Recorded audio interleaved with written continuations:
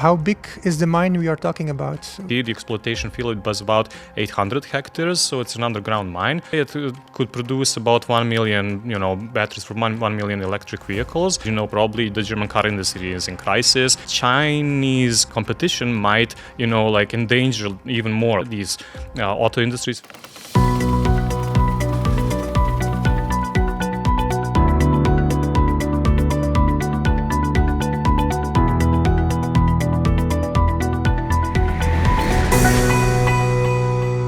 Hello and welcome to the Brussels Signal Studio. I'm Carl Deconinck doing an interview with Aleksandar Matković. Aleksandar is a research associate at the Institute of Economic Sciences in Belgrade. He's here to talk about the lithium mine in Jadar in Serbia and also a little bit about the broader political situation. In the Brussels bubble, the mine is seen as a wonderful opportunity for almost everything, ranging from economic development to geopolitical autonomy and the green transition. But Mr. Matković has a very different view on this.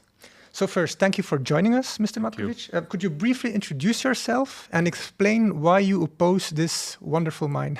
Okay, thanks for having me. So I work, as you said, at the Institute for Economic Sciences in Belgrade, and I'm also a research fellow at the Transnational Institute in Amsterdam. So do a little bit of both science and activism. Why I'm opposed to the mine? Well, to be honest, it caught us off guard because the company has been here in Serbia for almost 20 years without, this being public. And one of the first things that kind of sparked this massive movement was a change to Serbia's expropriation laws, whereby the state wanted to introduce an expropriation law which could basically allow the state to take away your home because the mine is built on supposed to be built on a densely populated area of over 22,000 people and 22 villages. And so it's basically, whatever you do with it, you're gonna have like a local reaction. And the thing is, the audacity of the state to change its own laws in order to, take away your home without a court proceeding. So literally, this would have empowered the state to take away your home without compensation and without a court approval. I mean, that was borderline, I don't know, like it was breaching private property, one of the founding, concepts of, contemporary economy. And the people rebelled. And so this law was repelled, so in the end, the state did not introduce it due to mass opposition to the mine. And basically, ever since that was done, the state has been increasingly breaching human rights, using police violence, jailing activists. I myself was targeted by the government media on at least 3 occasions. So they labeled me as an ecological terrorist, although I just published a scientific paper on this. And, the way Serbian scientists, Serbian citizens, and Serbian activists have been treated is just, it's just appalling. And I think in any sort of, project like this, be it a mining project or any sort of, large infrastructural project, can actually have detrimental consequences to the wider population in this context. So how big is the mine we are talking about? How big is it? How much lithium is in it? How much benefit would it do in theory that you can know of? And how much negative effects are there connected to it? Yeah. Well, basically, the PR, the company, when it says how big the mine is, likes to emphasize that it's like a small mine, about 200 hectares. But in reality, the exploitation field was about 800 hectares, so it's an underground mine. Some calculations, it's okay, so depends what sort of battery you want, and etc. But let's say it could produce about 1 million, batteries for 1 million electric vehicles. And I think according to the Critical Raw Materials Board, so their assessment is that the mining can cover up to 3% of the EU's needs, for lithium. And the thing is, it's being hailed as this large win-win situation sort of project, like a large benefit to the Serbian population. Well, that's not the case if you look at their, for example, economic assessments from October last year. So basically, Serbia will be getting some sort of local development funds, it will be employing about 1,300 people, which is not that much. And basically, there's a lot of PR around this particular project. But the reason why most people oppose it is not only that it will destroy the environment, because it's actually, as I said, a densely populated area, that's basically, I think they have about 60 million euros worth of GDP in the sense of agricultural production. So it's a producing sort of region. And you said densely populated, and now you said agricultural. Yeah. So the farmers lived on land, and they produced strawberries, cherries, so all that sort of stuff. I mean, this used to be one of Serbia's also export sectors, and so these one of the regions such as this one, but actually kind of like a mainstay of our economy, So we're not exactly known for high tech and sort of stuff. We always used to be an agricultural country, and this region, I think, most of the farmers are there for generations, basically.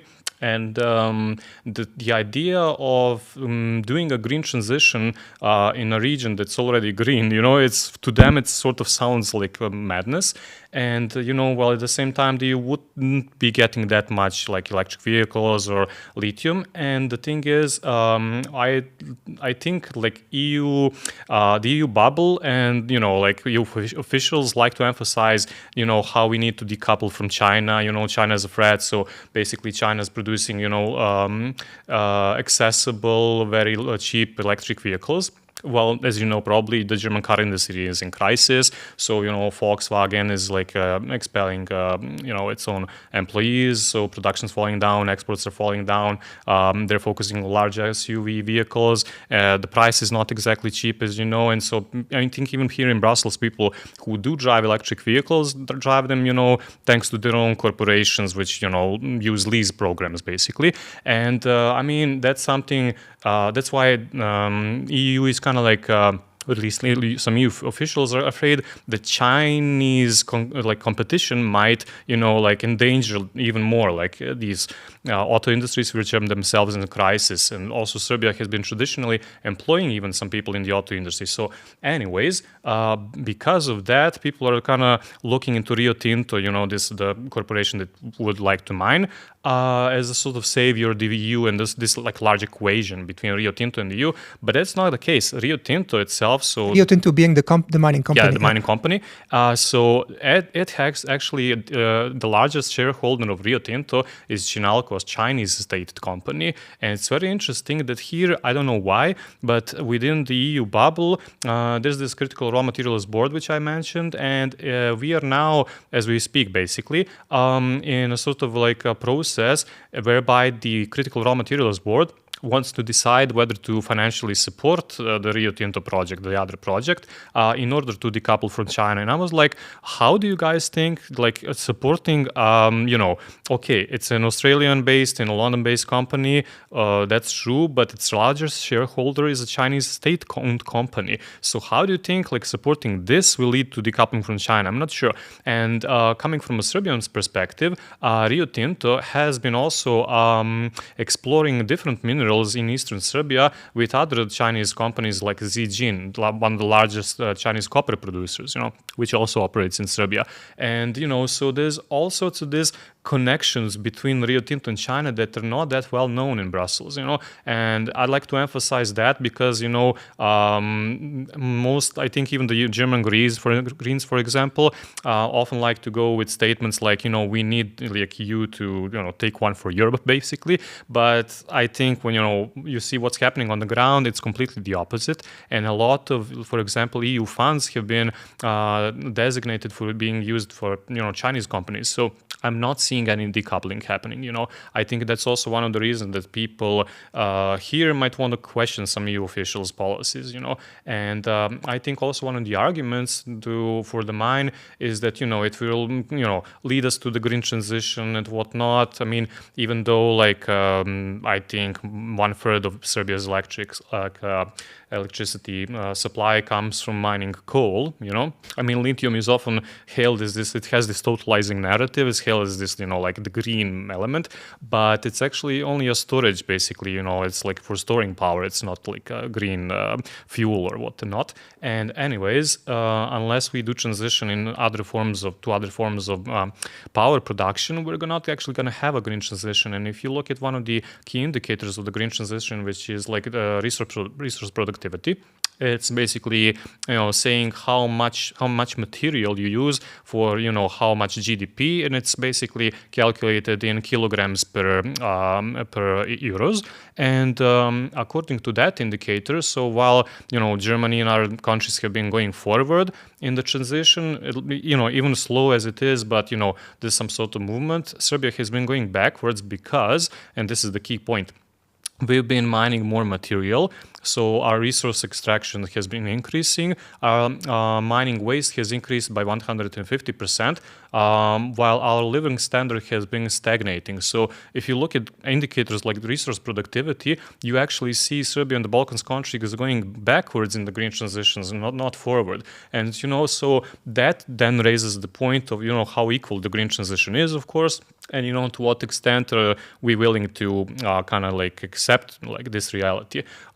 Then you have the counter argument saying that there'll be some economic benefits, but if you take a look at the deals which mining companies like Rio Tinto make with Balkans countries, they're usually deals which involve the state supplying the infrastructure, gas pipes, and whatnot, electricity.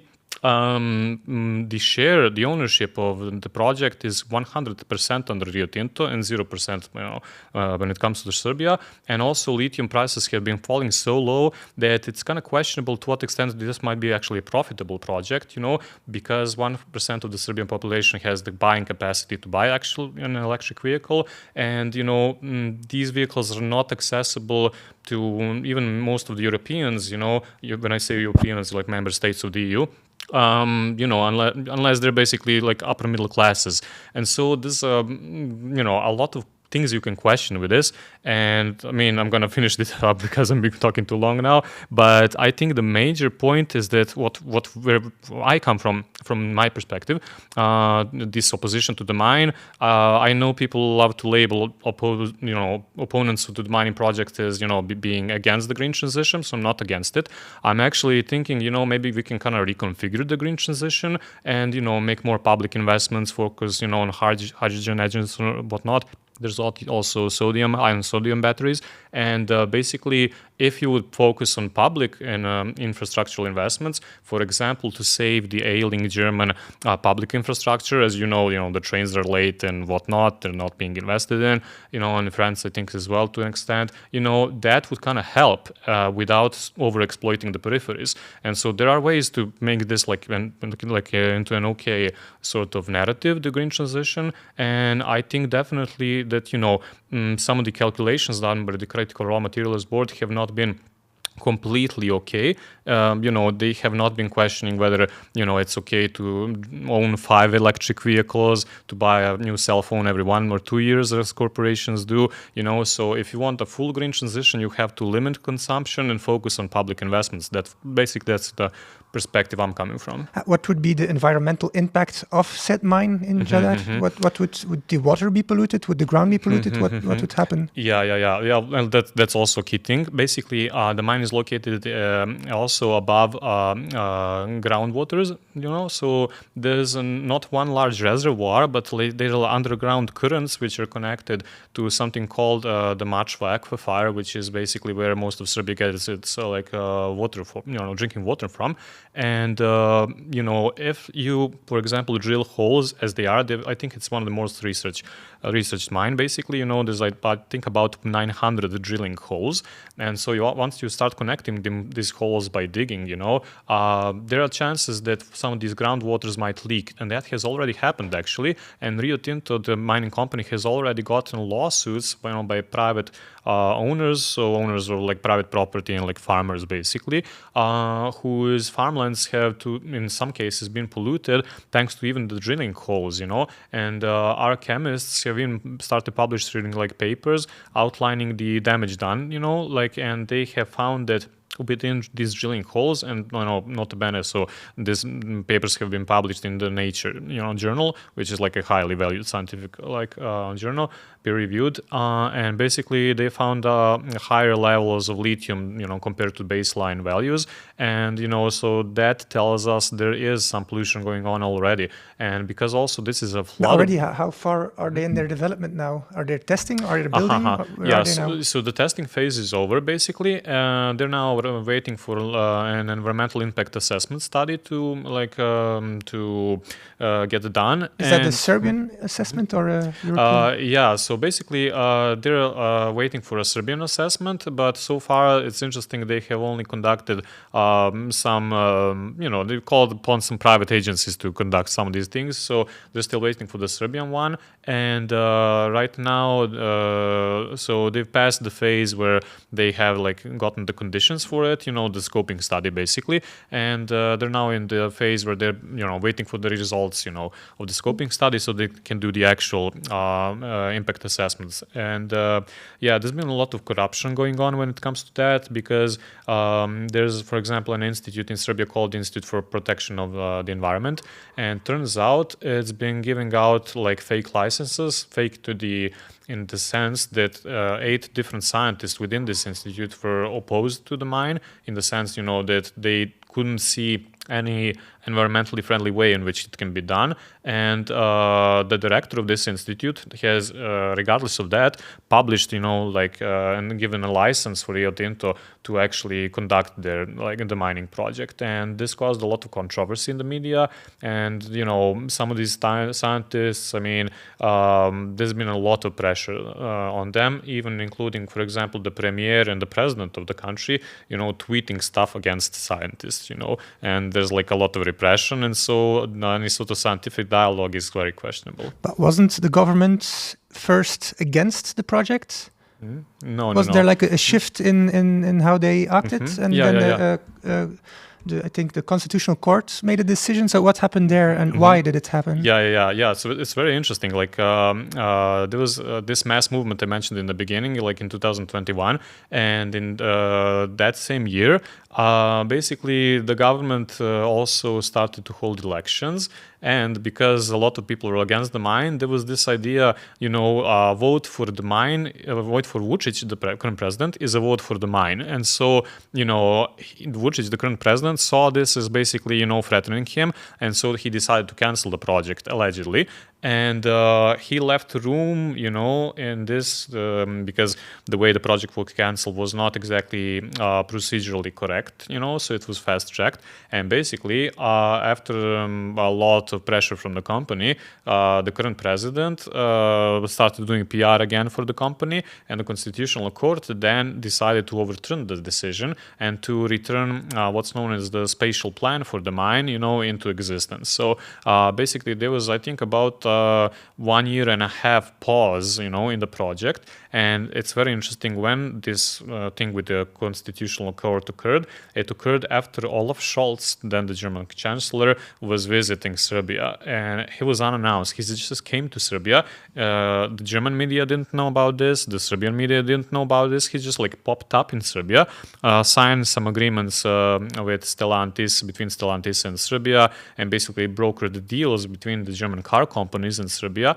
And that's actually when the Serbian state overturned the decision. So I think, Scholz might have pressured this, I don't know, but, he was there. And in the same month, basically, we had the Constitutional Court reversing the decision, and a wave of violence occurred, basically, whereby, people were arrested, anti-lithium, opponents were arrested. I had, a bomb grenade, like a flash grenade being thrown at one of my friends. Just to give you a description how this looked like.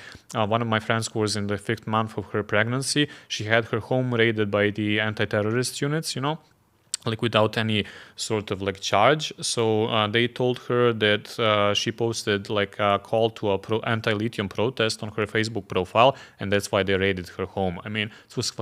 That's crazy. And that was also the time when I got these death threats I mentioned to you while we were speaking about an article I published on lithium. And so you had, again, the citizens, the activists and scientists being completely put under pressure. So you only wrote articles? You're not a protester or on the barricade? barricades or throwing Molotov cocktails? No, not at all. Yeah. I mean, like, I do sometimes go to protests, but I mean, I've always protested peacefully, haven't done anything illegal, didn't like tie myself to the railroad or whatever. I mean, I'm kind of like not into these actions. I do support, like peaceful protests, of course, but I haven't done anything illegal, many of them. And the reason why I was targeted was actually specific. I published like an article outlining some questionable economic data on the mine.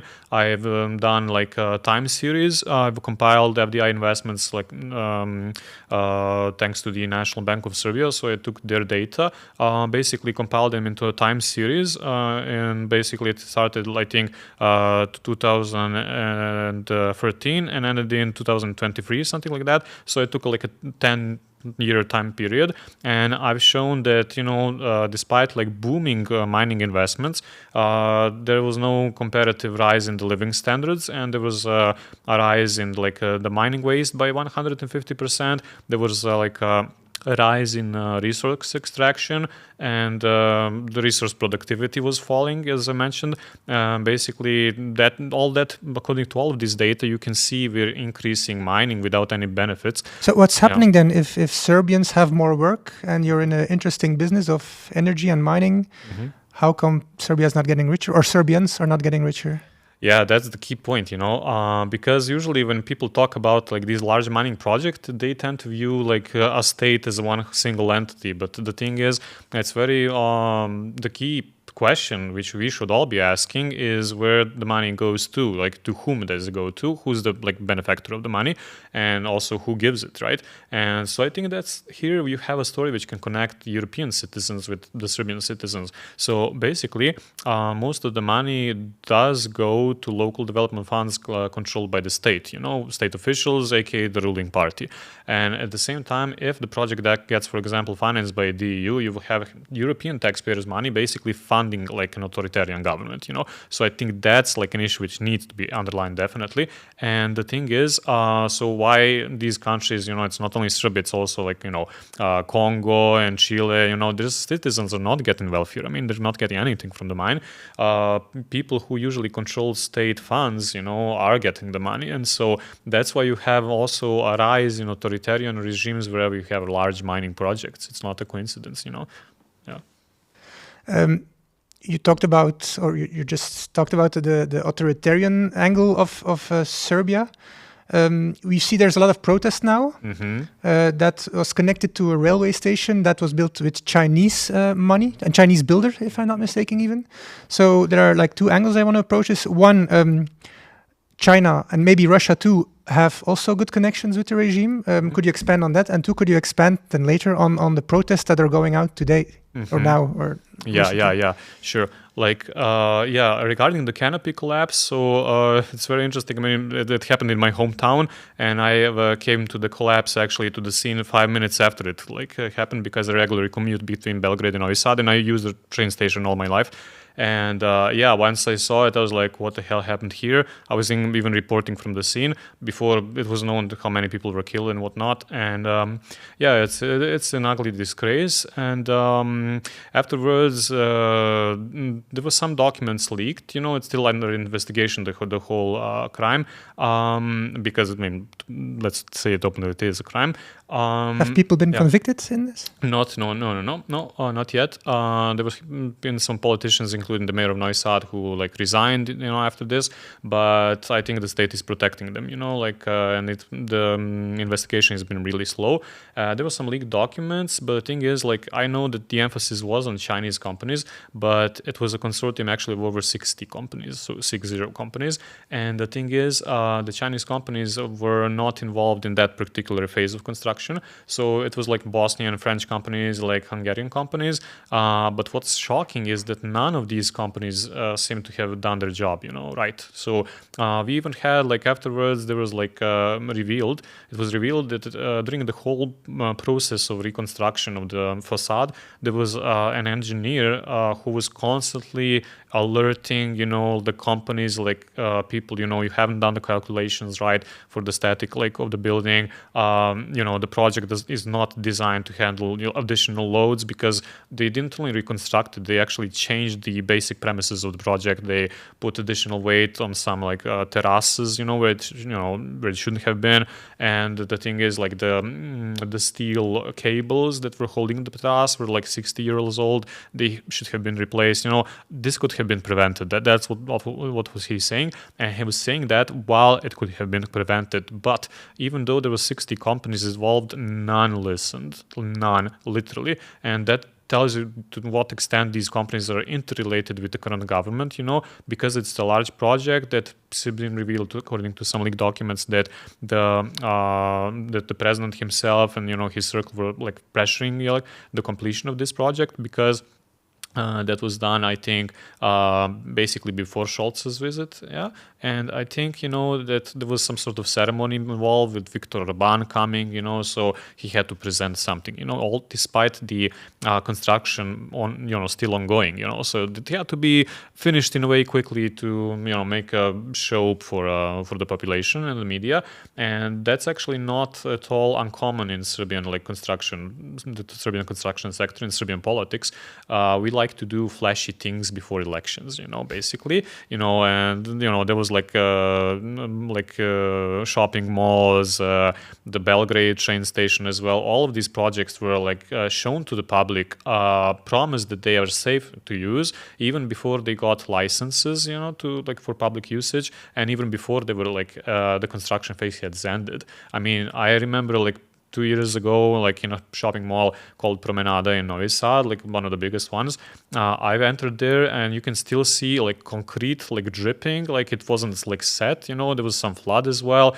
I mean, I might have a friend who was working there, and the escalator stairs collapsed at some point. They had to repair them. I mean, it's just ludicrous to what extent this is happening, and I think this is a broader narrative we can all kind of engage in, when we see things like this, because of the sheer scale of corruption and sheer scale of how fast you need to do a green transition, how fast you need to build some project that. Then it's a self-defeating logic, because there are certain deadlines we all want to meet. These projects get fast-tracked, and I'm telling this because also the lithium mine is supposed to be fast-tracked, and it is in practice.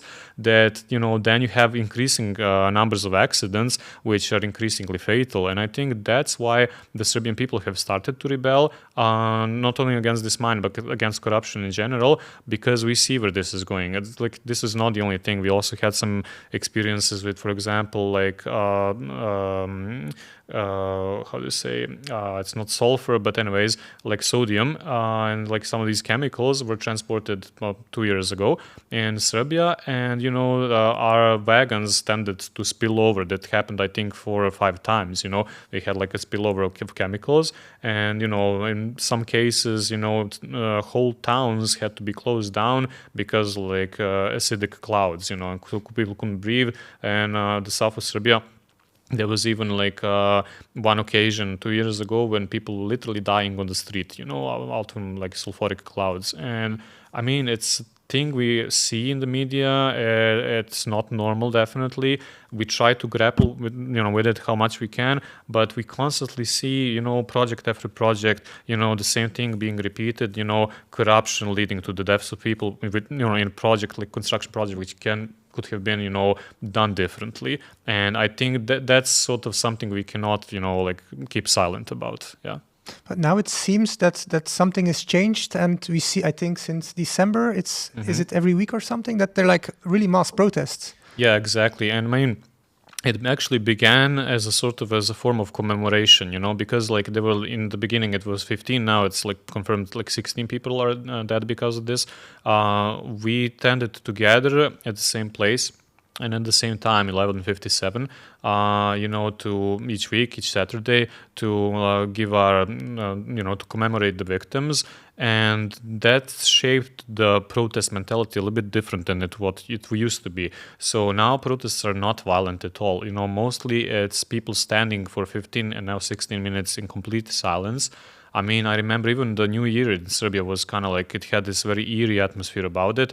We were all standing, it was New Year, the state organized these fireworks, and all of Belgrade was standing still for 16 minutes. It was like a feeling I'll never forget, like the silence that was like, even louder than, the goddamn fireworks, and it just like reminded us all like, this is still happening, we're still in this and we need to remind ourselves like of the reality.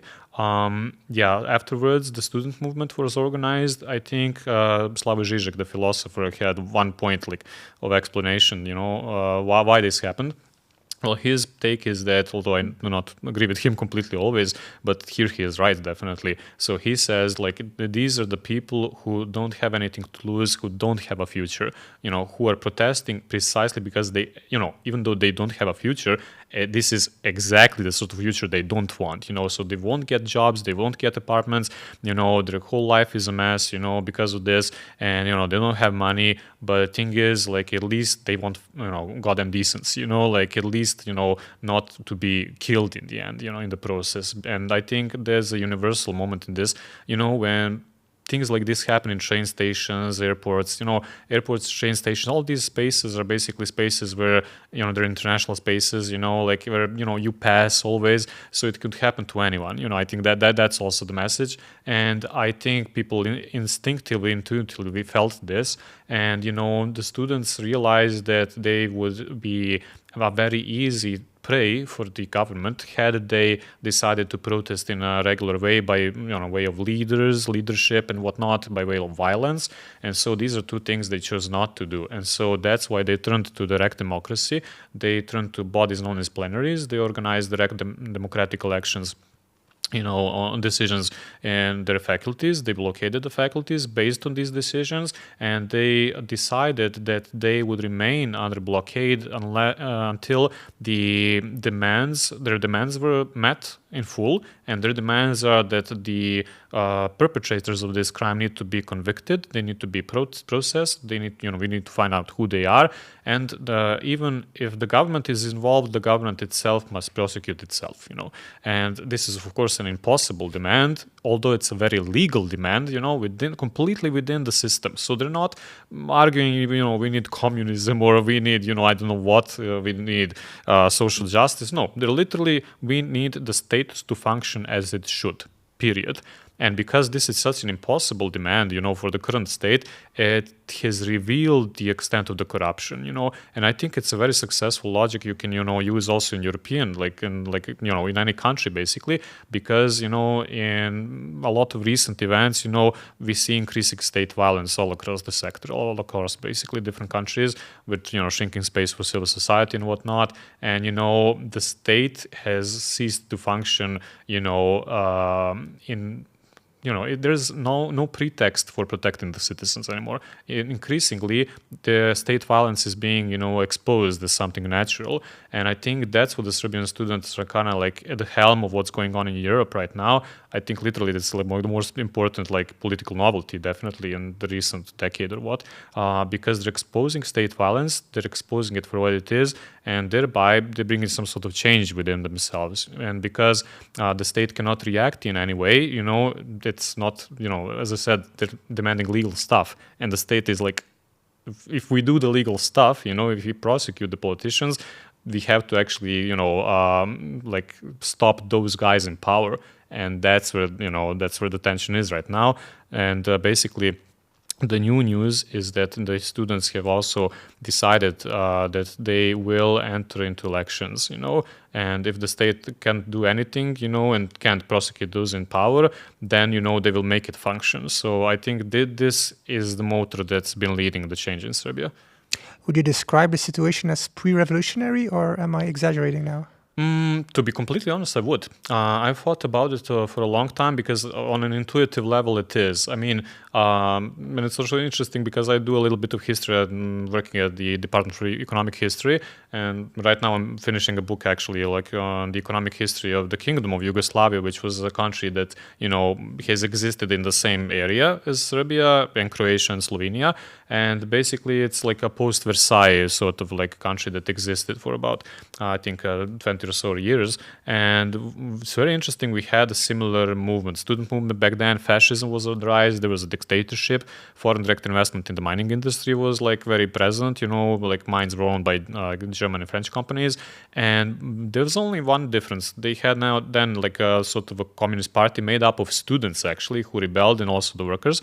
The thing is, like, we don't have any sort of similar experiences, and the situation is not being framed publicly in terms of a revolution or whatnot. It's actually the very opposite, which is interesting, which makes it interesting, that it's labeled as, literally we want, like the legal state, There is no left-right dynamics or old young or countryside, city side? There's to some extent, but it's mostly like basically, I would say, subterranean dynamics, within different student currents, but I wouldn't even say currents, on a very general level, the plenaries, the direct democratic bodies, and their decisions are the only valid decisions. Of course, you will have certain individuals or groups like within these bodies who might want to go more left or more right, but in the end, the collective gets to decide. And so I wouldn't call them either left or right, to be honest. Like, there were elements, there were some quarrels, but not on a general level. On a general level, they all agree, we need collective decision making. And within an increasingly complex society that's increasingly entering into what Adam Tooze, an economic historian, called a polycrisis, whereby you have since the corona times, you have like high inflation that like leads to more social inequality. Then you have supercell storms or whatnot, like climate change, which also like damages your GDP, and all of these mutually interacting crises, which make the situation a whole lot worse, I think do demand like a collective response. And that's the same for Serbian students, because they were attacked by the state. Inflation has been highest in Serbia and the whole of Europe. And also, not to forget, one thing I didn't mention but should be mentioned, within the whole Europe, so not only in the European Union, the Serbian Progressive Party, the ruling party, is actually the largest party in Europe. It has almost 1 million members. So it's 3 times the size of Angela Merkel's CDU while she was in power. And so Serbia has 7 million people. So it's imagine every 7th Belgium with being in the same party, it's that strong. And the thing is, we've also been at the helm of social inequality by income inequality ever since 2016. And so basically, we're living in a very unequal society run by a dictatorship, increasingly becoming a mining colony, and people are realizing there's no one single person or entity which can oppose this, so it needs to be all. And I think this sort of collective mentality, which is not coercive, it's not like authoritarian collective mentality, it's actually like collective intelligence, is something that's emerging from student plenums in Serbia as a new way of doing politics. And I think that's some kind of, to an extent, something we all need, especially because of Europe's, political chaos and elections, like not only like Germany and France, but also here, I think in Belgium, we also had like these dynamics. Given the situation that you outlined in Serbia right now, final question, how would you assess the current joining of the EU? Do you think it's a realistic scenario given how it's going now, or? Yeah, that's a tough question, because where we are now and where Europe is now, it's just like, it's chaotic. Our current president is like breaching human rights, on a grand scale. Not only are there like threats, like beatings up on the street. We have even some of my friends being kidnapped by the police on the street, without it being any sort of explanation there. So that's where we are right now. While at the same time, under Ursula von der Leyen and this sort of like coalitions with various sorts of strange players, especially coming from a Serbian perspective, you have Rwanda and, the EU being previously supporting the military regime there, due to lithium and this exploiting of materials, raw materials. That looking at sort of all of these dynamics, just like one can only question, where the hell are we going? And especially, if projects like the lithium mine are built, you will have definitely like a sort of like a rise in Euroscepticism. So support for the European Union has been falling. The more Serbia's accession was postponed, and it was postponed not only thanks to Europe's like problems, but also Europe's problems. When I say that, I mean, like a very slow, decision-making process. But also, on the Serbian side, you had like Vučić and all these governments being increasingly like, not clearly oriented, where they say they are, in terms of like EU's accession. And if you want basically to change this whole dynamics, you would have to, support the student movement, which I think also kind of, there's a sort of message I think the EU officials need to hear from them, and they're also not against Europe and not for Europe, so basically they just like want to live in a normal society. And I think that's like there's also one other narrative that a different Europe is possible, like not the one which supports Vučić. There's also an open like secret that Vučić have been in power implicitly thanks to the support of Angela Merkel and then Ursula von der Leyen, who actually, while he was firing a sound cannon at the students and allowing police violence to take place, she was congratulating him for his democratic values. I think all of that needs to change definitely. And on the Serbian side, the more autocratic Europe's politicians are and the more pressure European corporations are putting, including Rio Tinto, which is basically, in a little bit of conjunction with the European Commission, the more Euroscepticism like there is in Serbian society. And so like it's a two-way street, I would say, that if it wants to function, should definitely open up a narrative, of fighting for an alternative Europe, so to speak, because right now how it's been done is just leading to violence. Okay. Mr. Matković, thank you for this interview. Thank you.